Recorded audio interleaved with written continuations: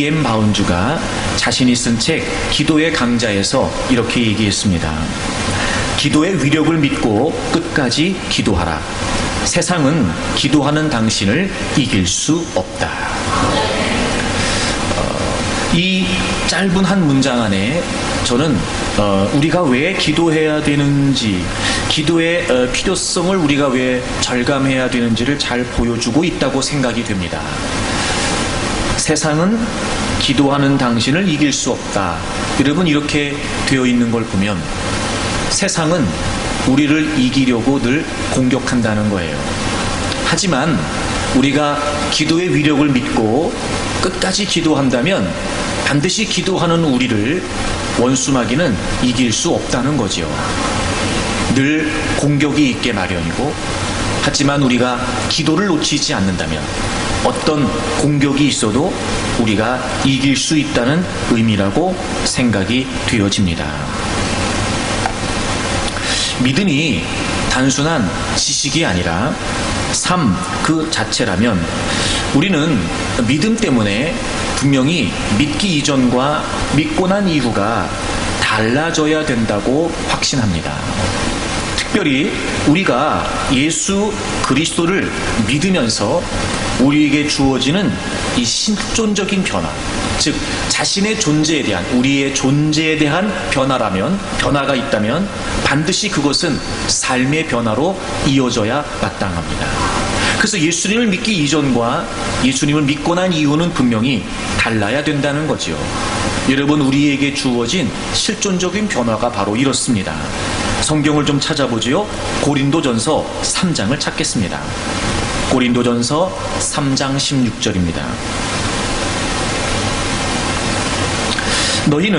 너희가 하나님의 성전인 것과 하나님의 성령이 너희 안에 계시는 것을 알지 못하느냐. 너희는 너희가 하나님의 성전인 것과 하나님의 성령이 너희 안에 거하시는 것을 알지 못하느냐. 여러분, 하나님이 우리 안에 거하시게 된다는 거예요. 그러니까 예수 그리스도를 믿음으로 우리에게 주어진 엄청난 변화가 뭐냐면 하나님께서 우리 안에 거하시게 되었다는 거예요. 사실 우리는 우리의 죄 때문에 결코 하나님께 다가갈 수 없는 존재였습니다. 예수 그리스도께서 우리의 모든 죄를 속량해 주셨습니다. 그래서 우리는 이제 믿음으로 의롭다 하심을 받게 되었고, 그 결과 하나님이 우리 안에 거하시게 됐어요. 그러니까 여러분, 예수님을 믿기 이전과 믿고 난 이후에 우리의 존재는 분명히 새롭게 변화된 겁니다. 믿음으로 의롭다 하심을 받았다는 건 이전에 우리의 존재가 아닌 우리가 새로운 존재가 되어 그 결과로 하나님께서 우리 안에 거하시게 되었다는 거죠. 그래서 우리는 뭐가 됐어요? 이제 하나님의 성전이 됐다는 겁니다. 여러분, 여기서 이 성전이라고 하는 단어는 구약의 구약의 성막이 성소와 지성소로 나누어져 있었는데, 이 내용에서 성전이라고 하는 단어는 바로 지성소를 의미합니다. 즉 하나님의 임재가 있다고 여겨졌던 지성소.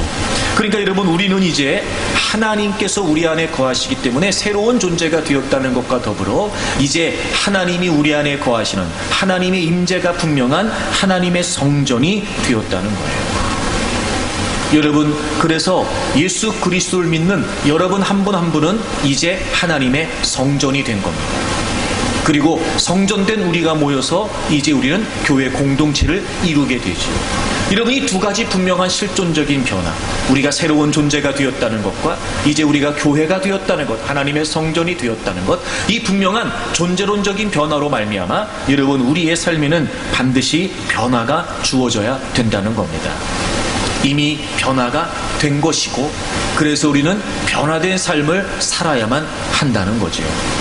다른 방식, 다른 이유, 다른 가치. 그래서 여러분, 예수님을 믿는다는 건 한마디로 무슨 의미냐면 다르게 산다는 걸 의미하는 거였습니다. 마태복음 5장에서부터 7장까지 이어지는 산상수훈. 예수님께서 당시에 예수님을 믿기 위해 따랐던 자들에게, 예수님의 말씀을 듣기 위해 모였던 자들에게 예수님을 믿는 것이 무엇인지, 예수님을 따른다는 것이 무엇인지에 관해 말씀해 주신 대목이 바로 산상수훈이었습니다. 사실 여러분 그 내용을 보게 되면은요, 이미 유대교적인 율법주의적인 배경을 갖고 있었던 그들이 듣기에는 굉장히 생소하고 낯설었던 내용일 겁니다. 분명한 것은 그들이 지금까지 살아왔던 삶과는 너무나 달랐던 말씀을 주님께서 하고 계셨던 겁니다. 그리고 그 산상수훈의 결론을 저는 개인적으로 마태복음 6장 33절이라고 생각을 합니다. 먼저 그의 나라와 의를 구해라. 여러분, 예수님께서 다르게 살아야 된다라고 하는 의미를 한마디로 정리해 주셨습니다. 먼저. 지금까지 살았던 삶이 당신들에게, 너네들에게 어떤 의미가 있었고 어떤 우선순위가 있었는지 모르지만 이제는 너희들 먼저 해야 될 일이 있다. 그리고 우리가 마땅히 우리의 삶에서 적극적으로 실현해 가야 될 새로운 가치를 우리에게 말씀해 주셨습니다. 하나님의 나라와 하나님의 의를 추구해야 된다는 거죠. 그리고 이제 이렇게 추구해야 되는 가치가 달라야 되는 그리스도인들에게 주님이 말씀하신 것은, 그래서 간구하는 것이 달라져야 된다는 말씀을 하신 겁니다. 먼저 그의 나라와 의를 구해야 되는데, 즉 다른 가치를 추구해 가야 되는데, 여러분, 다른 가치를 추구하려면 사실은 다른 간구가 필요해야 됐던 거지요. 그래서 주님께서 마태복음 6장 9절로부터 설명해 주셨어요. 너희는 이제부터 이렇게 기도해야 된다. 사실 여러분, 유대인들이라면 기도회관에 모를 리가 없었을 겁니다. 그럼에도 불구하고 주님께서 너네 이제부터 이렇게 기도해야 돼 라고 새롭게 기도를 가르치셨다는 걸 보면 그들이 해왔던 기도와 달리 이제 다른 기도가 그들에게 필요했던 겁니다. 지금까지 했던 대로 그렇게 기도하지 말고 이제부터 너네들 이렇게 기도해라 라고 주님이 가르쳐 주신 거예요. 그리고 기도의 중요한 핵심을 말씀하시면서 먼저 그의 나라와 의를 구하는 것이 무엇인지 구체적으로 말씀해 주십니다. 하나님의 이름, 하나님의 나라, 하나님의 뜻을 위해 구하라고 말씀하셨어요. 여러분, 그렇습니다. 추구하는 것이 달라지려면 무엇보다 간구하는 것이 달라져야 합니다. 추구하는 것이 다르다라고 하는 분명한 의식이 있다면 분명히 여러분, 구하는 것부터 달라지겠지요. 그래서 예수님께서는 이렇게 기도하라고 가르쳐 주신 거예요. 여러분, 우리의 기도가 달라지기를 바랍니다. 우리가 예수 그리스도를 믿고 이제 다른 존재가 되어서 다른 삶을 살려고 한다면, 그래서 우리가 먼저 추구해야 될 가치가 있다는 걸 분명히 한다면 여러분, 우리의 기도가 먼저 달라져야 된다는 겁니다. 하나님의 이름, 하나님의 나라, 하나님의 뜻을 위해 구할 수 있는 저와 여러분들이 되기를 바랍니다. 그래서 하나님께서 우리 교회 공동체를 세우시고 우리에게 아주 중요한 비전을 주셨습니다. 하나님의 나라를 꿈꾸며 하나님의 사람을 세워가는 교회. 그리고 그 꿈을 이루기 위해, 그 비전을 이루기 위해 우리 교회 공동체가 다시 말씀 앞으로 돌아오는 건강한 공동체, 하나님의 뜻을 추구해가는, 하나님 말씀 안에서 하나님의 뜻을 추구해가는 건강한 공동체, 그리고 우리의 전 존재가 하나님께 드려지는 예배 공동체. 여러분, 우리의 삶을 통해 어떻게 하면 하나님이 영광을 받으실 수 있을까? 우리의 삶을 통해 어떻게 하면 하나님이 높임을 받으실 수 있을까? 우리가 알고 있는 하나님, 바로 그런 하나님이 어떻게 하면 우리를 통해 우리를 알고 있는 많은 사람들에게 그대로 드러나 보여질 수 있을까? 여러분, 우리의 모든 삶이 이제 하나님의 영광을 위해 드려지는 진정한 예배 공동체가 되어야 할 것입니다. 그리고 이제 우리는 하나님의 복음을 영화롭게 하는 비전 공동체를 꿈꿔야 합니다. 그렇습니다. 여러분, 하나님의 나라가 이 땅에 완성되기를 하나님께서는 원하십니다. 그토록 아끼셨던 그 예수 그리스도, 하나밖에 없으셨던 그 아들 예수 그리스도를 이 땅에 보내시고 모든 인류의 죄를 짊어지게 하셨던 하나님의 분명한 의도는 바로 모든 민족과 열방이 그 예수 그리스도 이름으로 구원받아 이 땅에 하나님의 나라가 완성되는 것을 하나님께서는 기대하고 계셨던 겁니다. 그렇게 이제 우리는 건강한 공동체로, 예배 공동체로, 비전 공동체로 세워져 가기를 위해 힘써야 할 것입니다. 여러분, 그러려면 우리의 마음이 달라져야 됩니다. 마태복음 6장을 좀 보실까요? 19절, 20절, 21절을 통해서 예수님께서는 마음에 관한 이야기를 하십니다. 보물을 땅에 쌓아두지 말아라. 그리고 보물을 하늘에 쌓아둬라. 왜냐하면 보물 있는 그곳에 내 마음도 있다는 거예요. 그러니까 여러분, 마음이 있는 곳에 뭐가 있다는 거예요? 보물이 있다는 거예요. 여러분, 그런 걸 보면 보물을 땅에 쌓아두지 말고 보물을 하늘에 쌓아두고 라고 하시는 걸 보면 진짜 보물은 이 땅의 것이 아니라 하늘의 것이 진짜 보물인 거예요. 만약에 여러분 진짜 보물을 우리가 발견했다면 결코 가짜 보물에 현혹되거나 흔들리지는 않겠지요.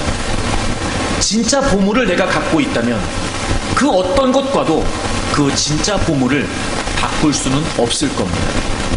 여러분, 진짜 보물은요, 이 땅의 것, 이 세상에서 끝나버리고 마는 것, 그것은 진짜 보물일 수 없다는 겁니다. 그러므로 그것을 쌓는 일은 허무한 일이 되고 그것을 쌓는 일은 헛수고가 된다는 일이에요. 쌓여도 쌓이지를 않기 때문에 그렇습니다. 근데 진짜 보물은 하늘에 있다는 거예요. 하늘의 가치를, 하나님의 가치를 추구해 가는 것, 우리가 먼저 해야 될 그의 나라와 의를 구하는 것, 여러분, 그것이 진정한 보물이 된다는 겁니다. 그러니 여러분, 우리가 정말 하늘의 것을, 하늘의 가치를 깨달은 사람들이라면 이제는 우리가 땅의 가치에 흔들리거나 얽매이지 않고 항상 우리의 마음이 진짜 보물에 갈 수 있도록, 늘 우리의 마음이 이 진짜 보물을 확신하고 결코 가짜 보물에 흔들리지 않고 늘 우리의 마음을 하늘에 두고 늘 우리의 마음을 진짜 보물에 두고 살아가야 될 것입니다. 어찌 보면 예수님께서 하나님의 나라와 하나님의 이름과 그리고 하나님의 뜻을 위해 기도하라고 말씀하신 그 의미 속에는 과연 지금 내 마음이, 과연 지금 내 중심이, 과연 지금 내 시선이 진짜에 가 있는가, 진짜에 가 있는가, 과연 하나님의 나라는 나에게 어떤 의미일까? 하나님의 이름은 나에게 어떤 의미이며 하나님의 뜻은 나에게 어떤 의미일까? 어쩌면 여러분 그것을 구하라고 하시면서, 그것을 기도하라고 하시면서 여러분 우리의 마음을 점검하도록 가르쳐주고 계시는 건 아닐까요? 여러분, 우리는 간구하는 게 달라져야 됩니다. 그래야 먼저 우리가 추구해야 될 일을 위해 살아갈 수 있습니다. 그런데 이 먼저를 위해 살아가는 데 있어서 반드시 우리가 부딪힐 수밖에 없는 문제 3가지를 예수님께서도 말씀해 주세요.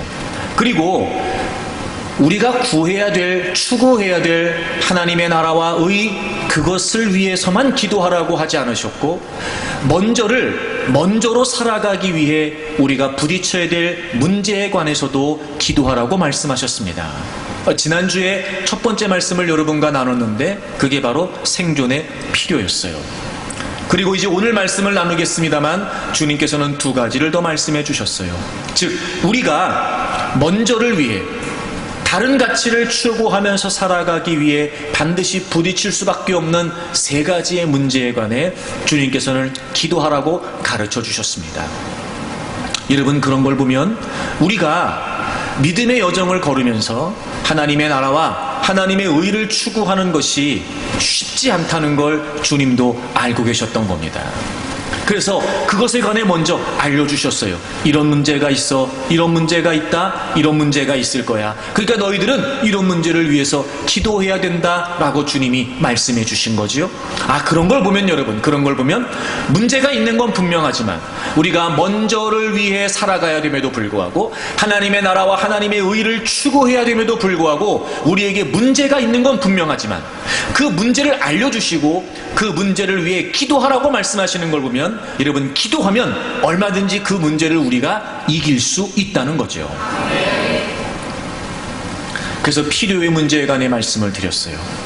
여러분, 필요의 문제에 관해 하나님이 구하라고 하셨습니다. 주신다는 말씀이에요. 그런데 그건 구하는 대로 주시겠다라고 하는 의미가 아니었습니다. 하나님께서 주신다는 건 우리의 필요의 문제가 나에게 달려있지 않고 하나님께 달려있다는 의미였습니다. 그러므로 여러분, 필요에 관해 구하라고 말씀하신 것은 우리의 모든 필요를 하나님께 맡기라고 하신 거였습니다. 일용할 양식을 구하라고 하셨어요. 지난주도 말씀드렸지만 우리가 일용할 양식을 알 턱이 없습니다. 그럼에도 불구하고 일용할 양식을 구하라고 하셨어요. 여러분, 그 의미는, 그러니까 우리는 모르지만 하나님은 우리가 하루를 살면서 무엇이 필요한지 너무나 잘 알고 계시는 분이잖아요. 그걸 통해 깨닫게 하시는 거예요. 너희들은 모르지만 나는 안다. 너희들은 다 모르지만 나는 너희들을 잘 알아. 여러분, 그 의미는 무슨 의미였어요? 하나님께서 주시는 것으로 충분하다는 의미였던 거예요. 여러분, 일용할 양식을 위해 구하십시오. 여러분, 여러분이 살면서 겪어야 되는 필요의 문제에 관해 하나님께 구하십시오. 하나님께 맡기시기를 바랍니다. 여러분, 하나님이 주시는 것으로 충분하다라고 하는 하나님의 선하심과 인자하심을 신뢰하며 기도하는 여러분들이 되기를 바랍니다. 말씀하신 대로 기도하라고 하셨으니까 여러분, 필요의 문제에 관해 기도하면서 우리의 먼저를 위해 살아가야 되는 믿음의 삶에 걸림돌이 될 수밖에 없는 이 필요의 문제를 저는 여러분들이 멋지게 극복해낼 수 있기를 바랍니다. 나머지 두 가지 문제에 관해 오늘 함께 말씀을 좀 나누려고 하는데요. 먼저 우리 13절 말씀을 좀 보겠습니다. 마태복음 6장 13절에 보시면 예수님께서 이렇게 기도하라고 가르쳐 주세요.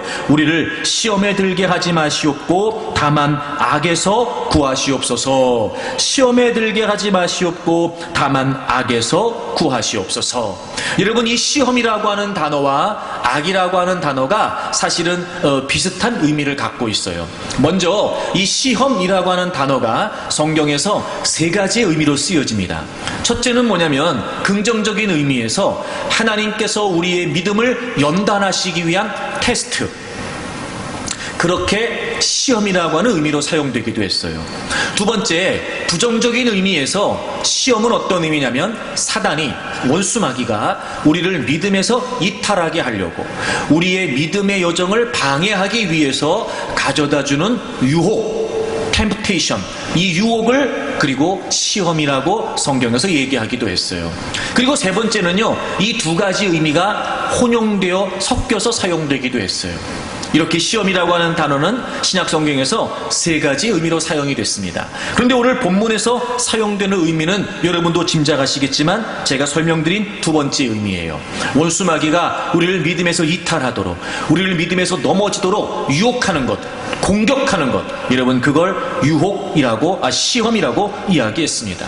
우리가 유혹에 빠지지 않도록, 그리고 다만 악에서 구하시옵소서 이렇게 기도하라고 가르치셨어요. 악이라고 하는 말은 사실 모든 악한 행위를 의미하는데 동시에 이건 악한 세력을 의미하기도 해요. 그래서 이 악이라고 하는 단어가 신약 성경에서는 바로 사단을 가리키는 데 많이 사용되기도 했습니다. 그러니까 시험이라고 하는 단어는 유혹이라는 단어예요. 악이라고 하는 단어는 악한 행위와 그리고 악한 세력을 의미해요. 그러니까 이 두 가지를 의미해 보면, 생각해 보면 이런 거죠. 우리는 먼저를 위해 살아야 됩니다. 우리의 삶에서 먼저로 살아야 되는 사람들이죠. 우리는 다른 가치를 추구해야 되는 사람들이에요. 그런 우리 믿음의 여정에 반드시 우리가 부딪힐 수밖에 없는 문제 두 번째가 뭐냐면 바로 사단의 도전이에요. 사단의 도전, 사단의 공격입니다. 여러분, 하나님도 실제하시지만 사단도 실제합니다. 그래서 우리가 마땅히 걸어가야 될, 우리가 마땅히 추구해야 될 이 분명한 하나님의 나라와 하나님의 의가 있음에도 불구하고 그런 우리의 믿음의 발걸음을 가로막습니다. 그 믿음의 길에서 이탈하도록, 자꾸 그 하나님의 역사가 지연되도록 여러분, 끊임없이 원수마귀는 우리에게 도전합니다. 왜냐하면 그들은 하나님의 뜻이 이루어지는 걸 원하지 않을 테니까 말입니다. 그래서 그 하나님의 뜻을 위해 살아가야 되겠다 다짐하고 결심하고, 내가 이제 새로운 존재가 됐으니까 새로운 인생을 살아야 되겠다 끊임없이 우리가 노력해가는 가운데 이런 원수마귀는 반드시 우리를 방해하기 위해 공격해 온다는 겁니다.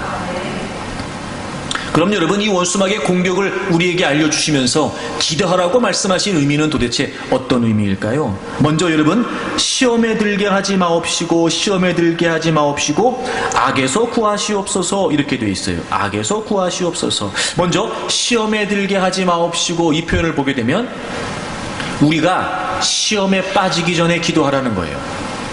그렇죠? 시험에 들게 하지 마옵시고. 그러니까 시험에 빠지기 전에 기도해야 된다는 거예요.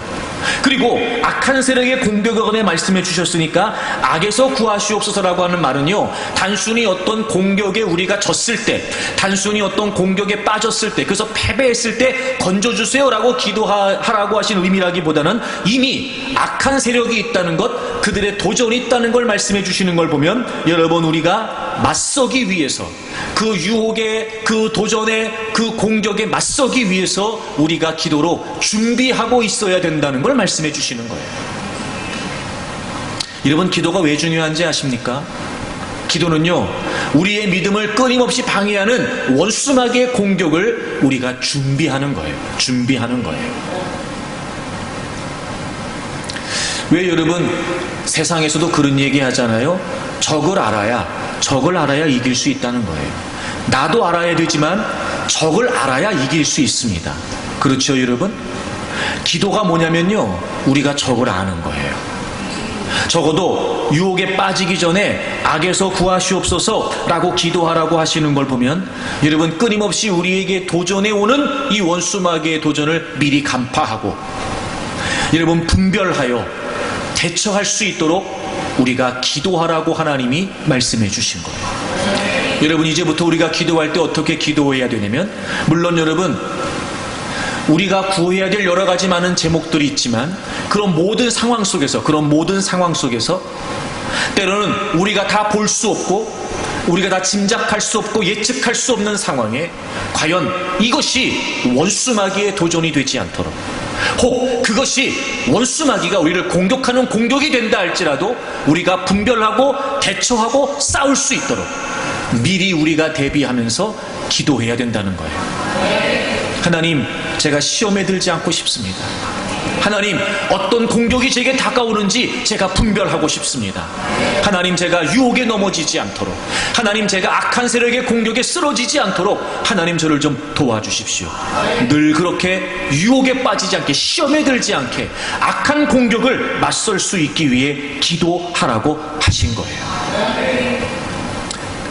그런데 여러분, 우리가 시험에 들지 않고 악에 구원받기 위해, 악에서 구원되기 위해, 즉 미리 우리가 대비하면서 기도한다라고 하는 이 의미 속에 하나님은 어쩌면 악한 세력과 맞서야 되는 우리를 격려하시고, 악한 세력의 공격에 맞서야 되는 우리를 담대하게 하시기 위해 기도하라고 하시는 거예요. 우리가 어떤 마음을 가지고 기도해야 되냐면, 적어도 우리가 구원받은 하나님 백성으로서, 하나님의 자녀로서 예수님의 이름으로 하나님께 기도한다면 우리가 한 가지 잊지 말아야 될 사실이 있어요. 자, 여러분, 로마서 6장을 찾겠습니다. 로마서 6장을 찾아보겠습니다. 로마서 6장 17절을 보시면, 하나님께 감사하리로다 너희가 본래 죄의 종이더니. 여러분, 우리는요 원래 죄의 종이었어요. 그러니까 예수님 믿기까지 그 이전에 줄곧 우리는 죄의 종이었단 말이에요. 그런데 너희에게 전하여 준 바 교훈의 본을, 이건 하나님의 복음을 말해요. 그 복음을 우리가 마음으로 순종해서 18절에 보시면 그 죄로부터 해방되어, 즉 우리를 지배하고 있었던 죄로부터 해방되어서 우리가 의에게 종이 되었어요. 이 의에게 종이 되었다는 말은 22절을 보시게 되면 우리가 죄로부터 해방되고 하나님께 종이 되었다라고 얘기하고 있어요. 우리는 원래 죄의 지배를 받고 있었어요. 근데 그 죄로부터 해방을 받았죠. 그리고 이제 우리가 하나님의 종이 됐어요. 그리고 여러분, 기가 막힌 건 14절을 보시게 되면, 죄가 너희를 주장하지 못하리니.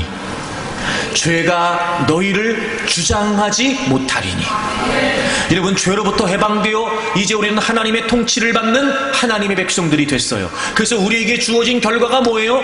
죄가 우리를 주장하지 못한다는 거예요. 여기서 주장한다는 말이 무슨 말이냐면, 소나기에 넣다, 권리를 행사한다, 마음대로 좌지우지한다, 이런 뜻이에요. 사실 여러분, 우리가 죄의 종으로 살고 있었을 때 예수 그리스도를 믿기 이전에는요 그 죄의 세력에 지배를 받고 있었습니다. 그런데 우리가 예수님을 믿음으로 말미암아 그 악한 세력으로부터 자유함을 얻고 이제 하나님의 다스리심을 받는 하나님의 백성이 되었어요. 여러분, 제가 늘 여러분에게 말씀드렸던 것처럼 그래서 이제 우리에게 있어서 죄의 위치가 달라졌어요. 그래요. 원수마귀는 끊임없이 우리에게 공격해 올 겁니다. 우리에게 도전하겠지요. 여러분, 우리가 믿음에서 이탈하도록 끊임없이 우리를 시험할 거예요. 그게 없다는 건 아니에요. 하지만 여러분, 이제 우리는 죄 아래에 있지 않고 이제 죄로부터 해방되어 하나님의 자녀가 되었기 때문에 결코 그 죄의 세력들이 우리를 마음대로 하지 못하게 됐단 말이에요. 여러분, 시험에 들지 않도록 악에서 건짐을 받도록 기도하라고 말씀하신 의미가 뭘까? 여러분, 우리가 예수님의 이름으로 하나님 앞에 있습니다. 기도라는 건 늘 우리가 하나님 앞에 있다는 걸 의식하는 거예요. 하나님을 만나고 하나님과 교제하고 우리가 하나님께 나아갈 때마다 여러분, 우리는 무슨 의식을 가져야 되느냐? 더 이상 이제 죄의 세력이 우리를 함부로 할 수 없구나. 더 이상 그 악한 세력이 우리를 지배할 수 없다는 거예요. 공격이 있을 수 있습니다. 도전이 있을 수 있지요. 우리에게 시험할 수 있습니다. 하지만 여러분, 이제 우리는 예수 그리스도를 믿음으로 달라진 존재가 됐어요. 죄의 위치가 우리에게 달라졌습니다. 예수님을 믿기 이전처럼 그렇게 죄에게 농락당하고 예수님 믿기 이전처럼 그렇게 죄의 세력에 마음대로 농락당하는 존재가 아니라 이제 우리는 얼마든지 그것을 맞설 수 있고 그 죄의 세력과 싸울 수 있는 죄로부터 해방된 하나님의 자녀가 됐다는 거예요. 여러분, 기도할 때마다 그렇게 기도해야 됩니다. 어쩌면 악한 세력으로부터 구원받도록, 어쩌면 악한 세력의 그 시험으로부터, 유혹으로부터 빠지지 않도록 기도하라고 하신 주님의 의미는 내가 이제 구원받은 하나님 백성으로서 결코 그 죄의 세력에 농락당하거나 지배당하지 않는 존재가 되었다는 사실을 인식하도록 하시는 겁니다. 여러분, 기도할 때마다 늘 여러분이 더 이상 죄의 세력의 지배를 받는 존재가 아니라는 사실을 인식하고 확신할 수 있기를 바랍니다. 기도하세요. 하나님, 제가 이제 이길 수 있는 존재가 되게 해주셔서 감사합니다. 하나님, 제가 분별하고 대처하고 맞서 이제 싸울 수 있도록 해주셔서 감사합니다. 하나님, 이전과 달리 제가 그렇게 함부로, 그렇게 제가 마음대로 농락당하거나 지배당하지 않겠습니다. 죄가 저를 마음대로 하지 못하도록 하나님, 제가 다른 존재가 되었다는 사실을 분명히 하겠습니다. 여러분, 이렇게 다양한 많은 방법으로 우리에게 도전해 오는 이 원수마귀의 도전을 무엇보다 내가 이제 변화된 존재가 되어 더 이상은 그 죄의 세력에 눌려있지 않다는 사실을 우리가 확신하며 기도해야 됩니다. 그러면 이길 수 있습니다. 그런데 여러분, 우리가 아무리 그런 존재가 되었다 하더라도 지금 제가 계속해서 말씀드리고 있는 것처럼 원수마귀는 우리를 도전합니다. 공격하지요. 하여튼 여러분, 때로는요 정말 우리가 감당하기도 버거울 만큼, 때론 여러분 우리가 공격에 당한다라고 하는 사실을 느끼지도 못할 만큼 굉장히 집요하고 그리고 굉장히 거세게, 때론 굉장히 간교하게 사단은 우리에게 공격해 옵니다. 그런데 여러분, 그렇게 불안한 표정을 지으실 거 없어요. 그래서 주님은 기도하라고만 말씀하지 않으셨고 원수마귀가 우리에게 어떻게 공격해 오는지에 관해도 말씀해 주셨어요. 그러니까 이 원수마귀의 공격을 위해 기도하라는 건 우리가 이제 이길 수 있는 존재가 되었다는 사실을 확신하라고 하는 의미이기도 하며, 동시에 그 원수마귀가 우리에게 어떻게 다가오는지를 말씀해 주시면서 미리 대비하고 기도하라고 하시는 의미도 있었던 거예요. 이런 원수마귀가 우리에게 공격해오는 통로, 그러니까 이런 겁니다. 케이스는 다 다를 수 있어요. 나타나는 현상, 양상은 다 각기 다를 수 있습니다. 여러분, 원수마귀가 우리를 시험해오는 이 도전의 통로는 딱 하나예요. 야고보서 1장을 찾겠습니다. 야고보서 1장 14절입니다. 우리 다 같이 읽겠습니다. 오직 각 사람이 시험을 받는 것은 자기 욕심에 끌려 미혹됨이니. 아멘. 오직 각 사람이 시험을 받는 것은, 여러분, 시험이라고 하는 단어 나왔네요. 역시 여기에서 이 시험이라고 하는 단어는 유혹이라는 말이에요. temptation. 그러니까 사단이 우리를 공격한다는 거예요. 그래서 우리가 공격을 받는데 그 통로가 뭐냐면요, 자기 욕심에 끌려 미혹된다는 거예요. 여러분, 이런 거예요. 우리가 어떻게 유혹에 빠지냐, 우리가 어떻게 시험을 받느냐, 미혹되어서 유혹에 빠지는 거예요. 미혹되기 때문에 유혹에 넘어진다는 거예요. 근데 그 미혹이 뭐냐면 자기 욕심이에요. 이 미혹이라고 하는 단어가 어떤 단어냐면요, 우리 왜 그런 표현 쓸 때 있죠, 가끔. 아우, 그때 내가 왜 그랬는지 몰라, 정신이 나갔지 내가. 아유, 내가 뭐에 홀렸었나 봐, 이런 표현 쓸 때 있잖아요, 여러분.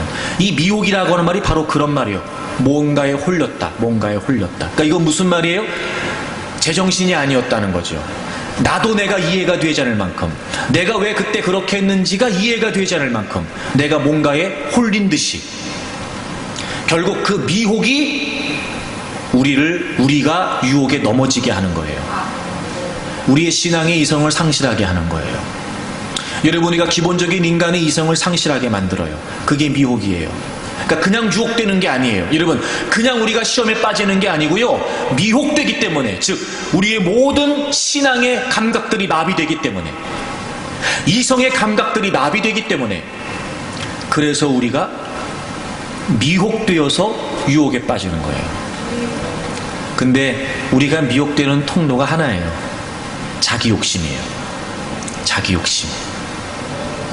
참 희한하죠? 원수마귀가 공격을 해요. 원수마귀가 공격을 해요. 우리는 자꾸 우리에게 주어진 상황이나 형편만 따지려고 그래요. 그리고 원수마귀의 공격이라고 하면 악한 실체가, 악한 세력의 실체가 있으니까 뭐 어떤 진짜 무슨 뭐 싸움이 일어날 것처럼 그렇게만 생각이 돼요. 여러분, 근데 원수마귀가 얼마나 강교하냐면요, 우리를 넘어뜨리기 위해 도전하는 통로가 뭐냐면 바로 우리 자신이에요. 우리 욕심이라고 해요. 이 욕심이라고 하는 단어를 제가 찾아봤더니 뭐라고 되어 있냐면, 눈에 보이는 것은 무엇이든지 하려고 한다는 거예요.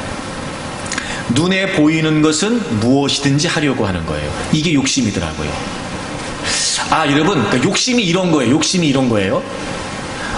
이 욕심이라고 하는 말을 긍정적으로도 쓸 수 있어요.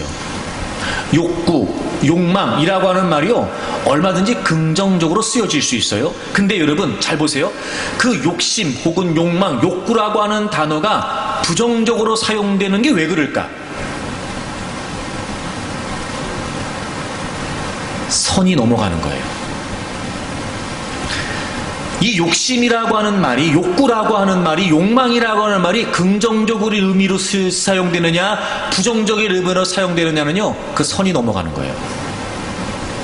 그래서 여러분, 우리가 시험에 들지 않게 악에서 구해 주십시오 라고 기도하는 의미는 뭐냐면, 주님이 말씀을 통해 우리에게 다 알려주셨어요. 어떻게 우리에게 도전해 오는지. 그러니까 그걸 위해 기도하라는 건 무슨 말, 이런 거예요. 우리가 무언가를 바랄 수 있고, 우리가 무언가를 원할 수 있고 기대할 수 있어요. 근데 이런 거예요, 여러분. 반드시 그게 부정적인 의미에서의 욕망이 되지 않도록 제한돼야 된다는 거예요. 제한, 절제. 그러니까 이걸 넘어가게 되면 이제 그건 우리를 미혹해요. 그래서 우리가 넘어지게 만든단 말이에요. 그러니까 그 절제, 그 제한이 우리에게 필요한 거였어요. 그러니까 유혹에 들지, 시험에 빠지지 않도록 다만 악에서 우리를 좀 구해 주십시오 라고 기도하는 의미는 무슨 의미예요? 이런 거예요. 사람들 틈바구니 속에서는요, 때로는 그 정도는 당연하게 여겨질 때 있어요. 내 삶을 보게 되면은요, 아, 내가 이만큼 욕심도 가질 수 없어, 아, 내가 이만큼도 내가 가질 수 없어, 뭐 이런 생각할 때 있어요. 얼마든지요. 하지만 이런 거죠. 그걸 위해 기도하라고 하시는 걸 보면 적어도 우리가 하나님 앞에서만큼은 자신의 모습을 드러내고, 하나님 앞에서만큼은 자신의 모습에 관해 하나님의 통제를 받으려고 해야 되는 거예요. 하나님의 통제를. 하나님, 제가 이만큼 원해요. 근데 하나님, 이게 제 욕심인가요? 하나님, 저 이거 절제하게 해주세요. 하나님, 저 하나님의 통제를 받고 싶습니다. 혹이라 이게 욕심이 되어 이것이 과연 저를 미혹해서 시험에 빠지게 되는 일이라면, 하나님, 제가요 제한받고 싶습니다. 하나님, 저를 도와주세요. 이렇게 기도하라는 거예요. 그래야 우리가 욕심에 이끌려 미혹됨으로 유혹에 빠지지 않게 되는 거예요. 마치름 이런 생각해 볼 수 있지 않을까요? 어부들이 물고기를 잡기 위해서 낚싯바늘을 던질 때, 여러분, 낚싯바늘을 미끼로 가리지요. 그래서 물고기는 그게 미끼라고 확신하기 때문에 먹이라고 확신하기 때문에 그걸 무는 거예요. 근데 그 안에 뭐가 있어요? 바늘이 있어요. 그래서 어떻게 되죠? 낚이는 거예요. 그렇다는 거예요. 그것처럼 욕심이 미끼가 돼요. 근데 그 안에 바늘이 감추어져 있는 거예요. 근데 우리가 욕심 때문에 미혹이 돼서 그게 바늘이라는 사실을 우리가 보지 못하는 거죠. 그래서 그걸 덥석 물게 되면 바늘에 꿰이게 되고 결국 여러분 시험에 빠지게 되는 거예요. 주님이 그거 알려주시는 거예요. 여러분, 우리는 하나님의 나라와 하나님의 의를 구해야 되는 사람들이에요. 이 땅의 가치에 현혹되면 안 되고요. 이 땅에서 사라져버리고 말 그 가치가 진짜 본물이 아니라는 걸 우리는 알기 때문에 우리는 늘 하늘의 가치를 바라보면서 먼저 하나님의 나라와 하나님의 의를 위해 살아야 되는 사람들이에요. 근데 여러분, 다양한 많은 양상을 통해 원수마귀는 우리의 욕심을 자꾸 자극해요. 미혹되게 만들어요. 선을 넘어가게 만들죠. 결국 여러분, 그래서 넘어지게 한다는 거예요. 그걸 위해 기도해야 돼요. 그걸 위해. 그래서 여러분, 제가 늘 기도에 관해 말씀드릴 때 그런 말씀 많이 드렸는데, 여러분, 기도가 하나님과의 대화고 하나님과의 교제라면 기도할 때 우리가 제일 중요하게 여겨야 될 태도가 뭘까요? 태도. 진솔함이에요. 진솔함. 그러니까 여러분, 뭐 사람들끼리 있을 때는 그럴 수 있어요. 근데 정말 여러분, 우리가 하나님 앞에서 기도할 때만큼은 솔직해야 돼요. 왜냐하면 진솔하게 내가 하나님께 다가가야 내 모습이 어떤지를 볼 수 있어요. 그러니까 하나님 앞에서만큼은 숨기면 안 돼요. 때로는 여러분, 그렇게 우리의 있는 모습 그대로를 솔직하게 말하고, 때로는 그것보다 더 분명하게, 그것보다 더 적나라하게 하나님이 우리의 모습을 들추어 내실 때도 여러분, 우리가 그걸 거부하거나 외면하면 안 돼요. 그 모습을 내가 바라봐야 돼요. 그래야 제한받을 수 있어요. 그래야 통제받을 수 있다고요. 그걸 위해 기도하셔야 돼요. 하나님, 제가 지금 이렇습니다. 하나님, 제가 이거 원하거든요. 내가 지금 이런 생각을 갖고 있어요. 난 이게 이렇게 생각해요. 하나님, 이렇게 됐으면 좋겠어요. 그런데 하나님, 제가요, 나의 삶의 주인 되신 하나님 앞에 제한받고 싶습니다. 하나님, 제가 시험에 들지 않도록, 제가 넘어지지 않도록, 원수마귀의 공격을 분별도 하지 못한 채 제가 쓰러지지 않도록 하나님, 저를 좀 도와주세요. 이렇게 기도하라는 거예요. 이런 원수마귀의 공격은 다른 데 있지 않습니다. 우리를 욕심에 이끌려 미혹되게 해서 결국 우리를 시험에 빠지게 하는 거예요. 누구에게나 이런 연약함은 다 있죠. 하지만 여러분, 연약함을 연약함이라고만 얘기하면 안 돼요. 여러분, 그 연약함이 우리에게 치명적인 위험이 될 수 있습니다. 사람마다 다 달라요. 연약함이 다 다릅니다. 여러분, 그 연약함 때문에 우리는 끊임없이 기도하면서 극복하기에 힘써야 됩니다. 저는 여러분들이 시험에 당하는 분들이 아니라 시험을 분별하고 이기는 분들이 되기를 바랍니다. 어떤 시험으로 우리 원수마귀가 유혹하여 믿음의 길에서 이탈하게 만든다 할지라도 저는 여러분들이 늘 기도하면서 자신을 살피고 늘 기도하면서 하나님이 원하시는 일들을 살펴가면서 여러분 분별하여 여러분 시작부터 차단하고 혹시나 여러분 우리가 그 유혹의 길에 들어섰다 할지라도 분별하여 돌이킬 수 있기를 바라고 여러분 과감하게 그 원수마귀의 도전에 맞서서 여러분이 이김으로 말미암아 하나님이 여러분에게 허락하신 하나님이 우리 교회 공동체에 허락하신 하나님의 나라와 하나님의 의를 다 이루는 저와 여러분들이 되기를 바랍니다. 여러분 기도하면 이길 수 있어요. 기도하면 이길 수 있습니다. 마지막 한 가지 문제에 관해 주님이 또 우리에게 말씀해 주세요. 여러분 다시 마태복음 6장으로 좀 돌아오시면 12절 말씀을 보겠습니다. 12절 말씀. 우리가 우리에게 죄 지은 자를 사하여 준 것 같이 우리 죄를 사하여 주시옵고. 우린 먼저로 살아야 되는 사람들이에요. 다른 가치, 하나님의 나라와 하나님의 의를 추구해야 되지요. 그런데 그 믿음의 여정에 있어서 우리가 또 부딪힐 수밖에 없는 문제가 하나 있어요. 그게 뭐냐면 타인과의 관계예요. 관계. 여러분, 이 관계가 왜 중요하냐면 이런 겁니다. 사실 여러분, 우리가 하나님의 나라와 하나님의 의를 이루어 가야 되는 아주 구체적인 현장이 어디냐면 바로 관계 속이에요. 그렇죠? 관계예요. 예를 들어 믿지 않는 사람들에게 복음을 전하는 것도 뭐예요? 관계입니다. 관계예요. 여러분, 내가 있는 삶의 현장에서, 그게 가정이든 직장이든 어디든지 간에 내가 있는 삶의 현장에서 하나님의 영광을 드러내고 그리고 하나님의 거룩하심을 드러낸다는 게 무슨 의미예요? 그들에게 내가 선한 영향력을 끼쳐야 된다는 거잖아요. 관계입니다. 관계. 그래서 여러분, 우리가 하나님의 나라와 하나님의 의를 추구해 가야 되는 실제적인 현장이 되는 사람과 사람 속에서의 이 관계를 실패하게 되면 여러분, 우리는 하나님의 나라와 하나님의 의를 이루어 갈 수 없어요. 바로 그 관계의 핵심에 관해 주님 말씀하시는 거예요. 우리가 우리에게 죄 지은 자를 사하여 준 것 같이 우리 죄를 사하여 주시옵고. 여러분, 이 말을 잘못 이해하게 되면 우리가 타인을 용서해야지 하나님도 우리를 용서하신다, 이렇게 들려져요. 우리가 우리에게 죄 지은 자를 사하여 준 것 같이 우리 죄를 사하여 주시옵고. 여러분, 이 관계가 얼마나 중요한지 14절, 15절에서도 동일한 맥락으로 언급하세요. 주님이 너희가 사람의 잘못을 용서하면 너희 하늘 아버지께서도 너희 잘못을 용서하시려니와 너희가 사람의 잘못을 용서하지 아니하면 너희 아버지께서도 너희 잘못을 용서하지 아니하시리라. 마치 이런 거죠.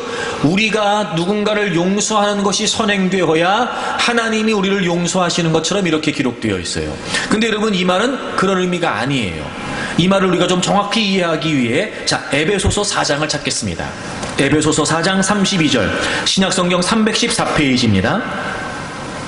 우리 다 같이 읽겠습니다. 서로 친절하게 하며 불쌍히 여기며 서로 용서하기를 하나님이 그리스도 안에서 너희를 용서하심과 같이 하라. 아멘.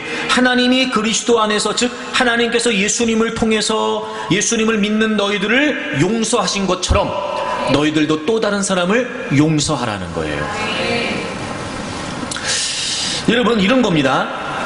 우리가 죄 지은 자를 사하여 준 것 같이 우리 죄를 사하여 주십시오 라고 하는 말은 무슨 의미냐? 어떻게 기도하라고 하시는 거냐? 우리의 삶에 있어서 관계가 굉장히 중요한데 그 관계 속에서 생기는 여러 가지 많은 갈등과 어려운 문제에서 우리가 하나님께로부터 받은 용서가 분명하다면, 우리가 하나님으로부터 받은 그 용서의 은혜를 확실히 깨닫고 있다면, 그 하나님의 용서를 받았다면 하나님이 우리를 용서하신 것처럼 우리도 타인을 용서해야 된다는 거예요. 사실 여러분, 이게 쉽지 않습니다. 어쩌면 그래서 주님이 우리에게 기도하라고 하시는지도 모르죠. 그러니까 우리는 이렇게 기도해야 돼요. 하나님, 제가요 하나님께 용서받은 사람입니다. 제가요 하나님의 용서의 은혜를 체험한 사람입니다. 그래서 제가 용서해야 되는데 잘 되지 않습니다. 이렇게 기도를 시작하라는 거예요. 그러니까 관계에 있어서 주님이 기도하라고 말씀하신 핵심은 뭐냐면, 정말 우리의 모든 죄를 용서하신 하나님의 은혜를 체험했다면, 안다면, 깨달았다면 결론적으로 우리는 타인의 죄를 용서하지 않을 수 없다는 거예요. 용서하지 않는다는 건 우리의 신분에 전혀 어울리지 않는다는 거지요. 이미 우리는 하나님께로부터 받은 용서로 너희들이 용서를 받은 것처럼 용서하라고 하시는 걸 보면 이미 우리는 또 다른 사람들을 용서할 수 있을 만큼의 은혜가 우리에게 주어져 있다는 걸 전제하는 거예요.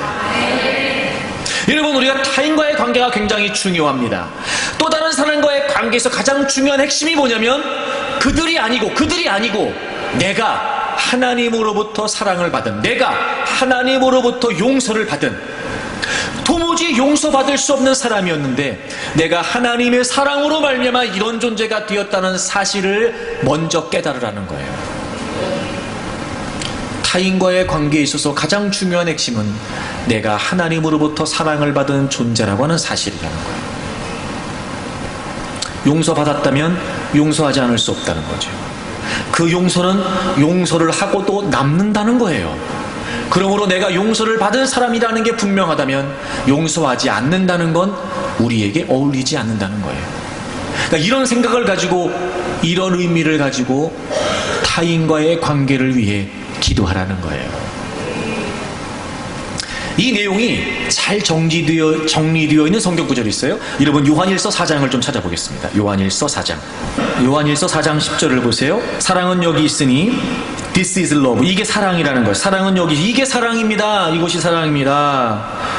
우리가 하나님을 사랑한 것이 아니요 하나님이 우리를 사랑하사. 아하. 여러분, 그럼 원래 사랑이라고 하는 건 우리에게 있었어요, 없었어요? 없었어요. 원래 사랑은 우리에게 없었어요. 우린 사랑을 몰랐어요. 사랑이 없었어요. 근데 이 사랑이 누구로부터 주어진 거예요? 하나님으로부터 주어졌어요. 여러분, 그걸 잊으시면 안 돼요. 우리가 하나님을 사랑한 것이 아니라 하나님이 우리를 사랑하셨어요. 그 사랑이 뭐였어요? 우리 죄를 속하기 위해, 우리를 용서하시기 위해서 화목 제물로 그 아들을 보내셨어요. 여러분, 하나님이 우리를 용서하시기 위해서 어떻게 하셨어요? 하나님의 아들 예수 그리스도를 대신 십자가에서 죽이셨어요. 그분을 제물 삼으셔서 우리를 다 용서해 주셨어요. 그게 뭐라고요? 사랑이라고요. 그게 사랑이라고요. 11절 다 같이 읽겠습니다. 11절 다 같이 읽습니다. 시작. 사랑하는 자들아, 하나님이 이같이 우리를 사랑하셨은즉 우리도 서로 사랑하는 것이 마땅하도다. 아멘. 이같이 우리를 사랑하셨어요. So loved.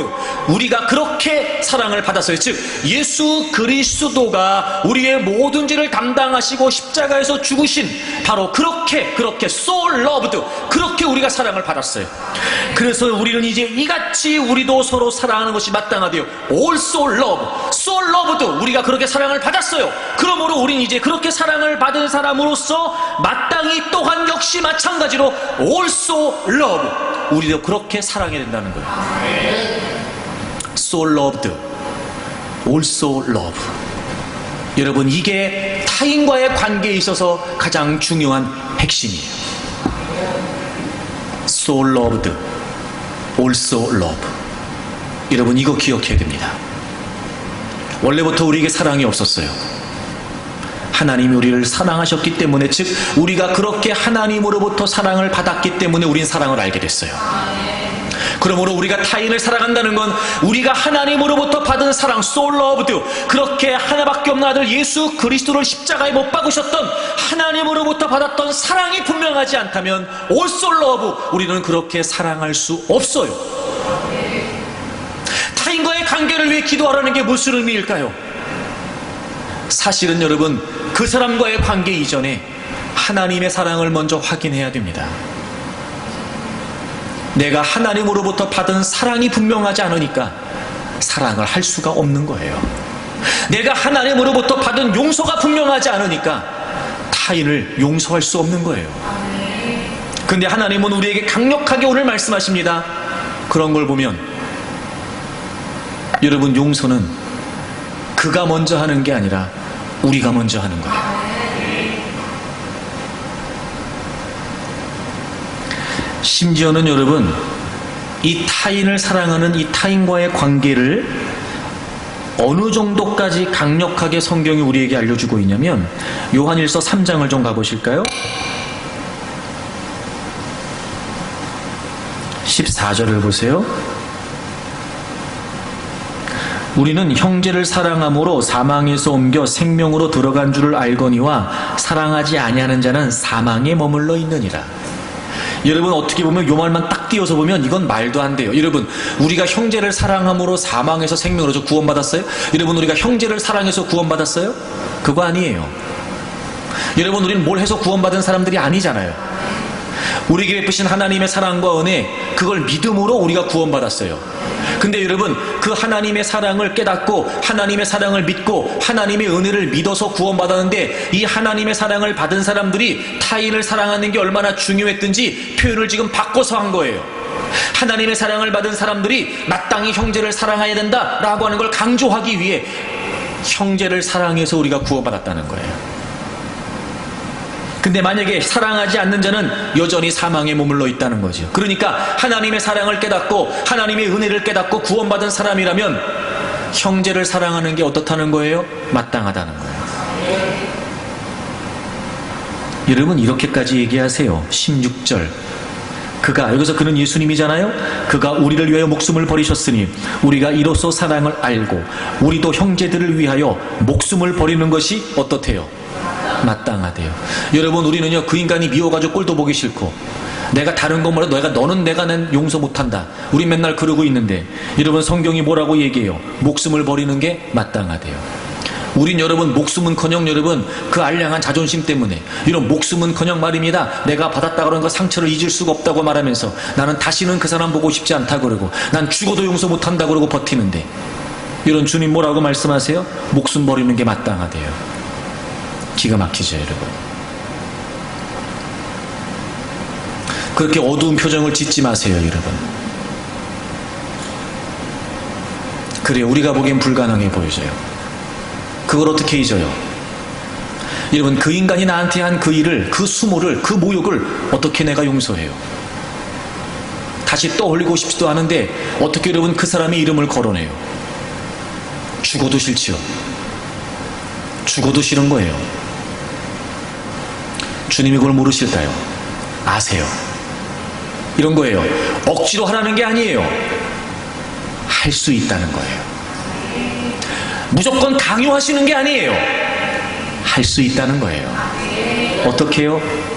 내가 받은 하나님의 사랑이 분명해지기 시작하면, 그 사랑이 훨씬 크기 때문에, 그 은혜가 훨씬 위대하기 때문에 얼마든지 타인을 용서하고 배려하고 사랑할 수 있다는 거예요.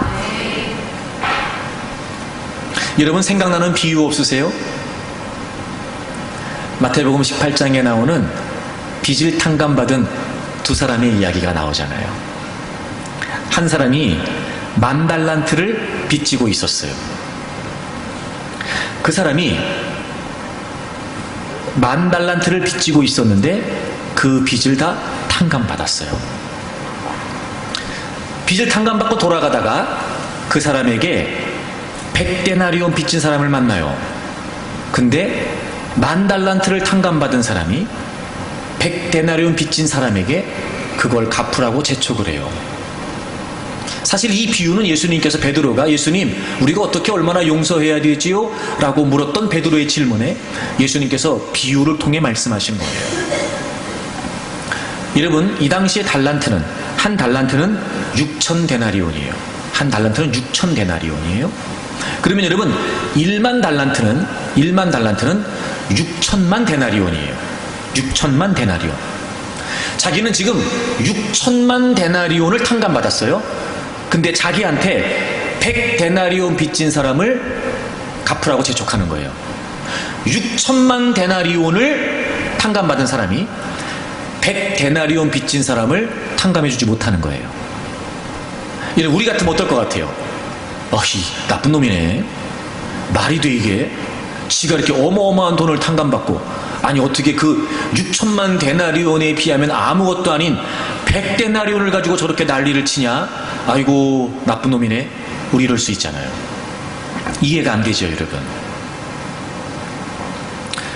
주님이 왜 이 비유를 하신 걸까요 여러분? 결국은 이런 거예요. 베드로가 주님 우리가 어떻게 용서해야 돼요? 라고 물어본 그 물음에 이 비유로 답을 하신 걸 보면, 용서에 관해 질문하고 있는 베드로에게 너 생각해봐 이렇게 지금 얘기하시는 거예요. 우리도 늘 그럴 수 있어요. 어떻게 용서하지? 내가 용서가 안 되는데. 내가 어떻게 더 친절해야 돼? 내가 어떻게 더 섬겨야 돼? 내가 이 정도면 내가 되는 거지. 내가 뭘 더 어떻게 해야 돼? 내가 더 어떻게 참아? 라고 생각하는 우리가 마치 나는 지금 할 만큼 했다는 듯이, 주님 아니 우리가 더 용서해야 됩니까? 주님 우리가 더 해야 돼요? 이렇게 묻는 우리에게 주님이 비유로 야 너네 생각 좀 해봐 이런 얘기가 있다? 라고 하시는 거 아닐까? 이게 무슨 의미일까요 여러분?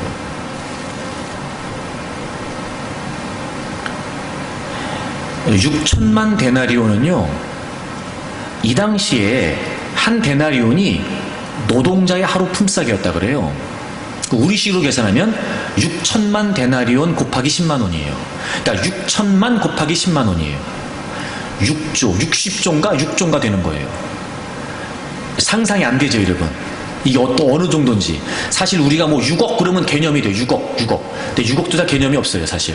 본 적이 없으니까, 만져본 적도 없고, 통장에 찍혀본 적도 없으니까, 개념이 없어요, 우리는요. 근데 여러분, 6억이 아니고요, 6천만 원이 아니고요, 60조. 6조. 어마어마하죠, 여러분. 근데, 100데나리온이면은 10만 원씩 곱하기 100이면 얼마예요? 네? 10만 원 곱하기 100이면 얼마예요? 1000만 원이에요. 여러분 1000만 원은 개념이 잡히잖아요. 이게 무슨 의미일까요? 주님이 지금 이 말씀하시는 거예요. 너 지금 너가 얼마나 용서받았는지 가늠이 안 되는구나.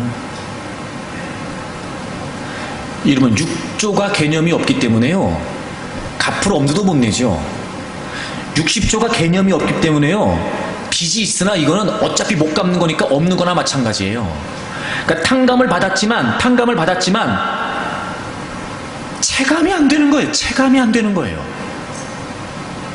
근데 100데나리온은 1000만 원은 피부에 확 와닿아요. 1000만 원이 엄청 큰 돈으로 느껴져요, 우리한테는요. 근데 그걸 안 갚아요? 끝까지 쫓아가서 받아내야지. 주님이 지금 그 말씀하시는 거예요. 우리가 우리의 모든 죄를 전적인 하나님의 은혜로 용서받았다는 걸 우리가 실감하지 못하는 거예요. 그게 실감이 안 되니까 다른 사람을 용서하고 다른 사람에게 너그럽게 대하는 게 안 되는 거예요. 왜? 그건 지금 내가 피부에 와닿잖아. 아니, 그놈이 나한테 그렇게 말할 수가 있어? 괘씸하네? 피부에 확 와닿는 거예요. 아니, 나를 그렇게 취급해? 나한테 그런 상처를 줘? 나한테 그런 모욕을 줘? 피부에 확 와닿는 거예요. 그러니까 체감이 확 되는 거야, 이거는, 여러분. 그러니까 그거는 가슴에 푹 박혀요. 도대체 이해가 안 되고 용서는 생각조차 안 돼요. 지금 우리가 그러고 사는 거예요. 이 비유의 핵심은 바로 거기에 있었어요. 하나님의 용서는 실감되지 않아요. 타인이 나에게 입힌 피해와 상처는 실감이 돼요. 그럼 이런 거예요. 제가 말씀드렸죠? 주님이 우리에게 무조건 하라고 하시는 게 아니에요. 할 수 있다고 말씀하시는 거였어요. 그 할 수 있는 일을 위해 기도하라고 하신 거죠. 그럼 우리가 여러분 타인과의 관계를 위해 기도할 때 뭐가 제일 분명해야 돼요? 내가 용서받은 것이 얼마나 큰 은혜인지가 실감이 나야 돼요. 여러분, 다른 사람과의 관계가 원만해지고 다른 사람과의 관계가 좋아지기를 원한다면 무엇보다 여러분, 우리가 달라져야 돼요. 우리는 그래서 내게 베풀어 주신 하나님의 용서, 내게 베풀어 주신 하나님의 사랑이 무엇인지를 지속적으로 묵상하면서 기도해야 돼요. 예수 그리스도를 죽이시고 나를 건져주신 이 놀라운 하나님의 사랑의, 이 놀라운 하나님의 용서의, 이 놀라운 하나님의 은혜의 크기를 하여튼 뭐 우리가 다 여러분 가늠할 수 없지만 그 어마어마한 사랑과 은혜의 용서의 크기를 우리가 깨달으면 깨달을수록 그만큼 우리는 타인과의 관계에 있어서 사랑을 베풀 수 있을 거예요. 저도 쉽지 않지만 그러므로 우리가 한 가지 분명히 해야 될 것은 그 사람 때문이 아니고 그 일 때문이 아니고 내가 그것밖에 하나님의 사랑을 깨우치지 못하고 있는 거예요. 여러분, 이렇게 접근하지 않으면 타인과의 관계의 문제를 우리가 극복할 수 없습니다. 그러므로 여러분, 우리가 하나님의 나라와 하나님의 의를 위해 살아가는 과정에 부딪힐 수밖에 없는 이 모든 문제들, 특히 타인과의 관계에 있어서 우리가 기도할 때마다 나에게 베풀어 주신 하나님의 은혜와 사랑을 먼저 우리가 깨달아야 돼요. 그리고 용서가 쉽지 않다면 하나님이 제게 베푸신 사랑을 제가 모르지 않는데 용서가 쉽지 않습니다. 내 힘으로 용서할 수 없습니다. 인정해야 돼요. 제가 이 일을 용서하고 제가 이 사람을 더 섬기고 제가 이 사람과의 관계를 더 원만히 하고 그래서 배려하고 이해하고 사랑할 수 있도록 하나님, 제가 더욱 하나님의 사랑을 깨우치기를 원합니다 라고 기도해야 돼요. 하나님의 나라와 의를 위해 살아가는 과정에 우리가 부딪혀야 될 세 가지의 문제: 필요, 관계, 도전. 기도하라고 말씀하시는 걸 보면 여러분, 우리는 기도하면서 얼마든지 극복해낼 수 있습니다. 그래서 우리는 먼저로 살아가야 돼요. 결론을 말씀드리려고 그래요. 여러분, 먼저 하려면 먼저가 돼야 돼요. 자, 보세요. 먼저로 살려면 먼저가 돼야 돼요. 이게 무슨 말이냐면, 자, 우리가 먼저 해야 될 일이 있어요. 그리고 우리가 극복해야 될 문제들이 있어요. 필요, 관계, 도전. 자, 먼저가 돼야지 문제가 먼저가 되면 안 돼요. 우리가 먼저를 위해 살면서 부딪혀야 될 문제가 있다고 하여, 즉 끊임없이 우리는 우리의 삶의 현장에서 이 문제를 만난다고 하여 문제가 먼저가 되면 안 되고 먼저가 돼야 돼요. 만약에 여러분, 우리에게 있어 문제가 먼저가 된다면 우리는 문제만 주의를 기울이겠죠. 결국 우리가 주의를 기울이는 그 문제들이 우리의 삶을 자꾸 규정하게 됩니다. 다시 말해, 문제가 먼저가 되면 문제가 기준이 되고, 문제가 먼저가 되면 문제가 우리의 삶을 자꾸 규정해버려서 그 문제 속에 갇히게 돼요. 하나님의 나라와 하나님의 의를 위해 살아야 한다고 말하지만 결국 그 문제 속에 갇혀 필요, 관계, 도전, 여기에 맴돌게 됩니다. 그리고 아무리 그 속에서 이렇게 보고 저렇게 보고 시도한다고 해도 이미 문제 속에 갇혀있고 문제에 규정되어 있기 때문에 결국 우리는 아무런 소용이 없게 돼요. 마치 이런 거죠. 태양을 바라보면서 태양만 바라보는 가운데 그 드넓은 하늘을 놓치고 있는 것처럼, 하늘에 태양이 있는 거잖아요. 먼저로 살려면 먼저가 돼야 됩니다. 그러므로 우리가 부딪힐 수밖에 없는 이 문제는 육을 가지고 살아가는 우리의 삶의 현장에서 정말 중요한 일입니다. 아니, 어떤 경우에는 그게 결정적이라고 여겨지기도 합니다. 필요가 그렇습니다. 관계가 그렇습니다. 도전이 그렇습니다. 하지만 그것이 아무리 중요하고 결정적이라 생각된다 할지라도 결코 우리의 삶에, 우리의 믿음의 여정에 그것이 핵심이 되도록 놓아두어서는 안 됩니다. 먼저로 하려면 먼저가 돼야 돼요. 만약에 문제가 먼저가 되고 있다면 여러분, 우리는 아무것도 할 수 없게 됩니다. 그러니 이제 문제를 치우세요. 만약에 우리가 문제를 치우지 않으면 그 문제가 우리를 치워버립니다. 그래서 우리는 이제 그만큼 막강한 영향력을 가지고 있는 이 문제는 기도하라고 말씀하셨으니까 기도하면서 극복해내고, 문제가 먼저가 아니라 먼저가 돼야 됩니다. 그러면 얼마든지 우리는 먼저로 살 수 있습니다. 여러분의 삶의 현장에, 우리 교회 공동체 안에 분명히 이런 문제들이 있을 수 있습니다. 하지만 여러분, 우리에게 있어 문제가 우선이 아닙니다. 우리에게서는 먼저가 우선이 되어야 됩니다. 더 하나님의 나라와 하나님의 의를 집중하십시오. 우리가 마땅히 감당해야 될 일들을 위해 더 기도하면서 힘쓰십시오. 문제를 부딪히겠지요. 문제를 만나겠죠. 여러분, 기도하라고 하셨으니까 기도하면 됩니다. 기도하라고 하셨으니까 기도하면 이겨낼 수 있지요. 거기에 매여 있을 거 없습니다. 거기에 얽매여 있을 거 없습니다. 여러분, 이제부터 우리가 먼저 해야 되는 하나님의 나라와 의를 구하면서 그 모든 문제들을 기도하며 극복해내고, 정말 우리가 마지막 주님 앞에 섰을 때 주님께 칭찬 듣는, 마지막 정말 주님 앞에 섰을 때 기쁨으로 주님을 배우는 그런 하나님의 사람들이 되기를 바랍니다. 여러분의 삶을 통해 하나님의 뜻이 온전히 이루어지기를 바라고, 그 어떤 도전도 극복해내면서 우리의 교회 공동체를 통해 하나님의 뜻이 이루어지기를 바랍니다.